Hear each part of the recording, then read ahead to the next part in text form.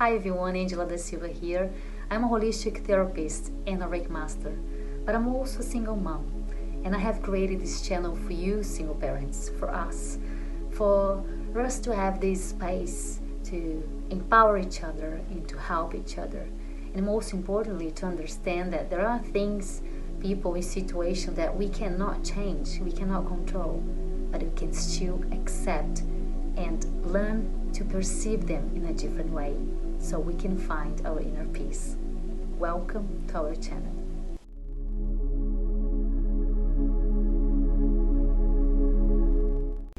So today I want to share with you guys why I have decided to become a holistic therapist. What was this story and why I'm doing what I'm doing. First of all, let me share a bit of my personal story. When I was 9 years old, my mom and dad divorced, and was a horrible experience for me at that time. First of all, because dad just left mom, and there was no much explanation. They didn't work the process very well. I was very attached to my dad.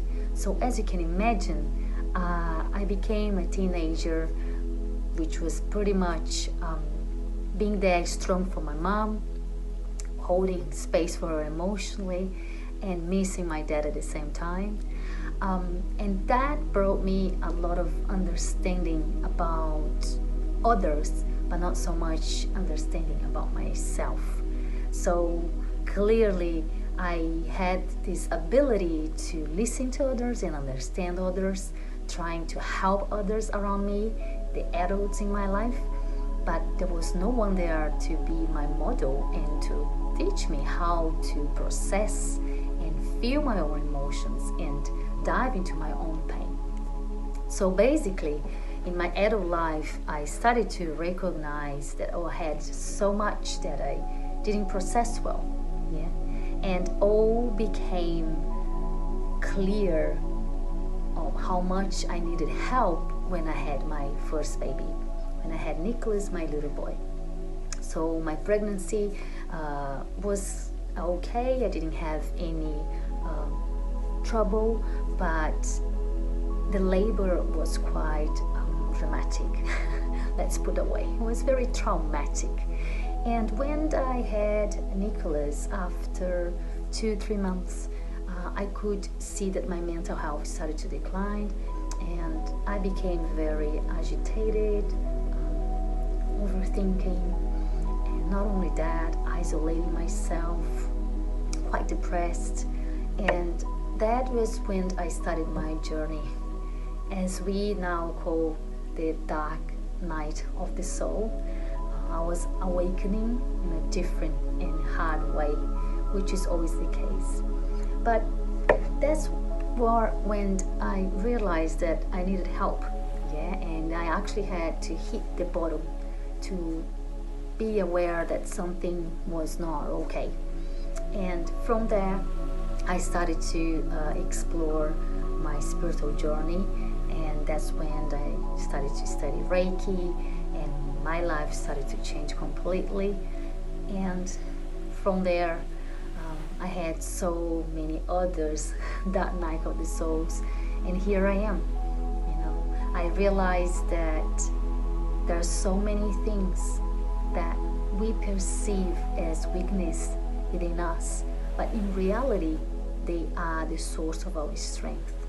So since a little girl, I would listen and hear my parents and people around me, my family, "You are too sensitive, you cry all the time, why do you have to feel things this way, why do you always have to perceive things this way, oh my God, you're just too sensitive, oh look at your emotions." And for me it was something to be ashamed of. Why I'm so different, why do I always feel this way?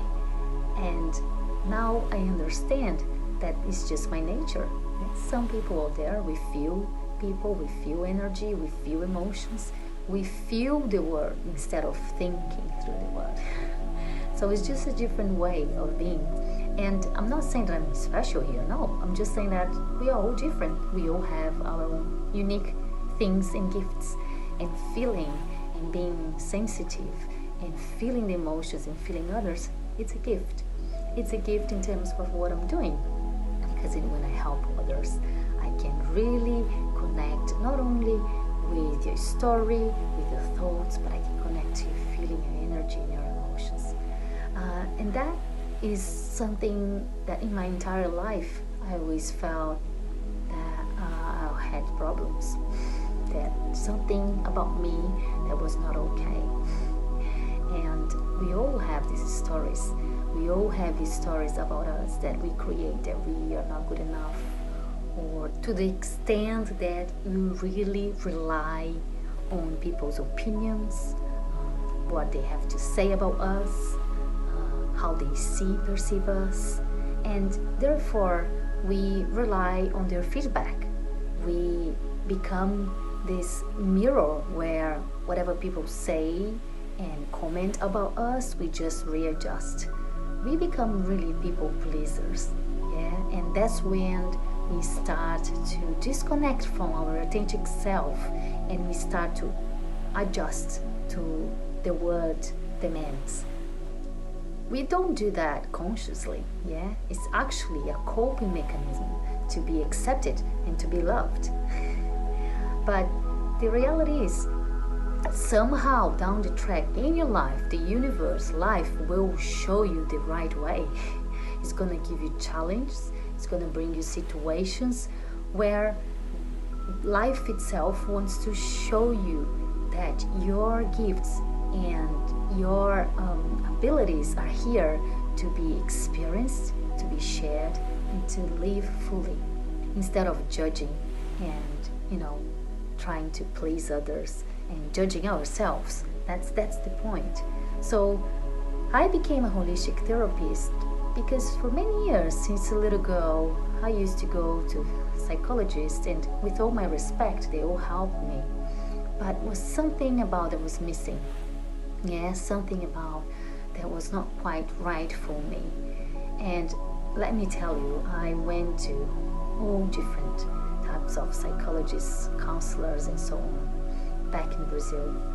So when I moved to Australia and when I started my spiritual journey, that's when I started to attract people in my life that perhaps they were the right mentors to be there for me. And that's when I came across holistic counseling and amazing people in my life that just helped me to find myself again and to, most importantly, accept the way I am.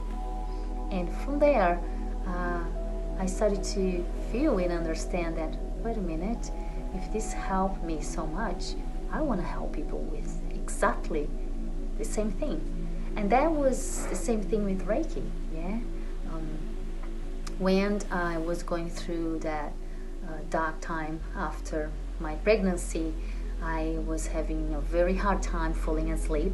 I was sleep deprived, overtired, so my nervous system was really trained to not fall asleep easily. And Reiki helped me to just fall asleep, not as quick. I wouldn't just fall asleep like this, but it helped me to calm my nervous system. And slowly I started to fall asleep in a few minutes. And not only falling asleep in a few minutes, but my body would rest.